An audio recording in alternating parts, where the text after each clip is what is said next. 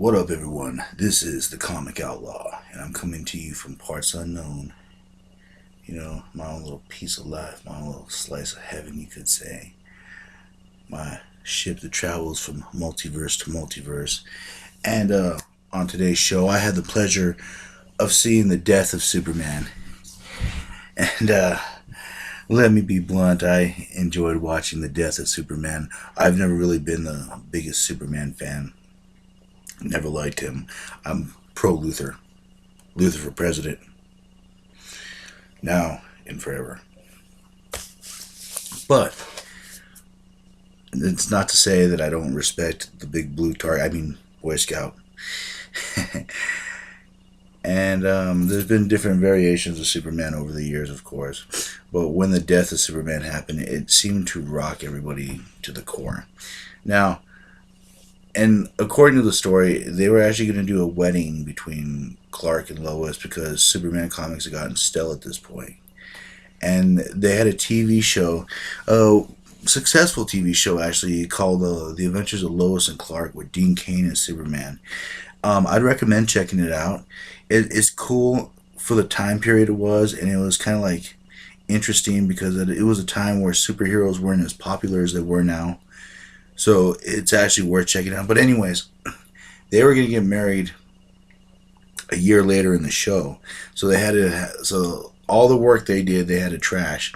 And I can't remember who it was, but one of the creators was like, well, why don't we just kill Superman?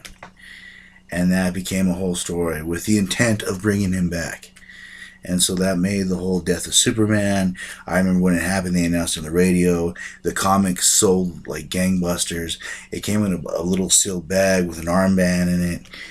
Valuable comic. It ended up going in a funeral for a friend. The Reign of Superman, where we got a lot of the cool Supermen that I like Superboy, which was near and dear to my heart. I was a fan of the Superboy comics early on.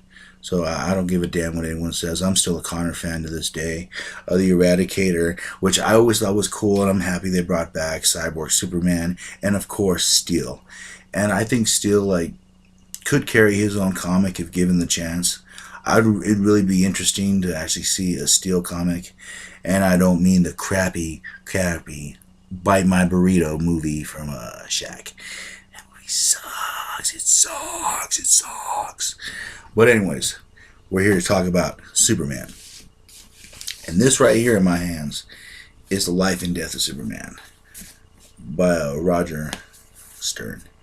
And this is kind of like the big book. You can read the comic books, but this one's interesting. It gives you more filler, kind of what they're thinking, a little more description, and you have to use your imagination. And of course, if you read the comics, this is a perfect compendium. So I figured after I saw it, I gave this a look, and we're going to compare some of the differences between the movie and the book and comic book. Now, let me get this out of the way right now. I liked the movie. I would give it, out of 5 stars, I would give it 4.5. It's just, and this, I know this sounds like such a minor complaint, but the man that plays Lex Luthor has no business playing Lex Luthor. For God's sake, he just doesn't have Clancy's control of Luthor. The voice just, in my opinion, just sounds wrong. But the man has good timing for Luthor, don't get me wrong, but it's just the voice bugs the hell out of me.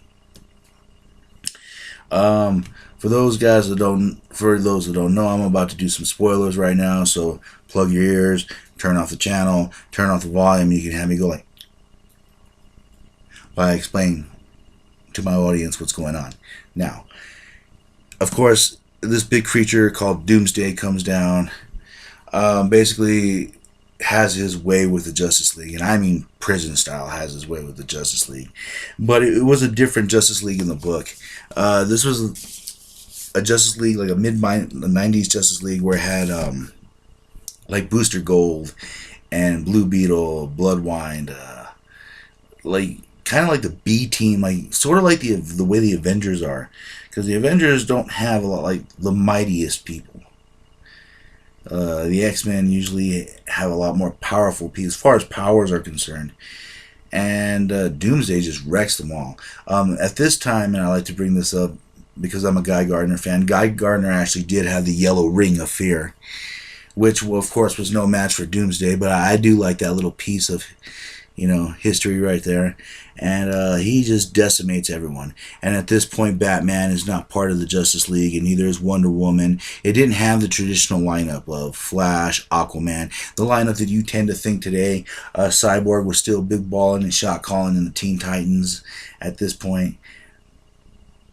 And technology had also evolved too from the 90s until now. So they made little changes to like cameras, cell phones. The upgraded technology was cool. The story was sort of the same. Doomsday lands, and he has his way by destroying this and that. And I'm not gonna spoil too much, but it's a great bloodbath, and it's a great way to kind of start off Doomsday's killing spree. And Doomsday basically is the same, kind of creature type, destroy everything. Except, this is another thing too that bugged me about the cartoon. The goddamn I-beams. That did not work. And Batman vs. Superman, Doomsday with I-beams just sucked. And I don't know why you carry that on. Anyways, but Doomsday comes, he wrecks the Justice League, and this was another little weird thing because they had Batman, Wonder Woman. This was the A-Team, okay, and Doomsday just wrecks them all. There is no teamwork whatsoever. I mean, at least the guys in the 90s sort of worked together. These guys, we'll just attack one at a time.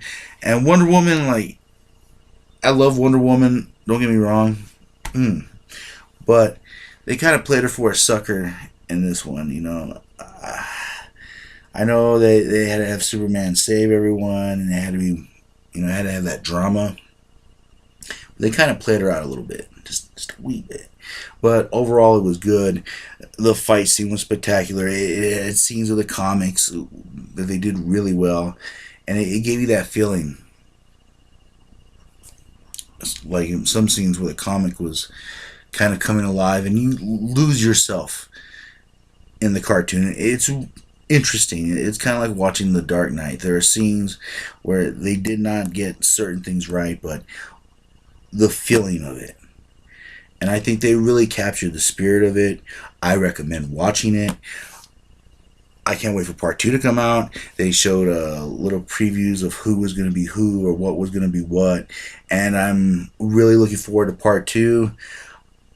I think it's going to be good, but we'll find out. You never know. But that was my review of the life and death of Superman. This is Jack Slater, the comic outlaw. And I'll catch you on the flip side. Laters, everyone.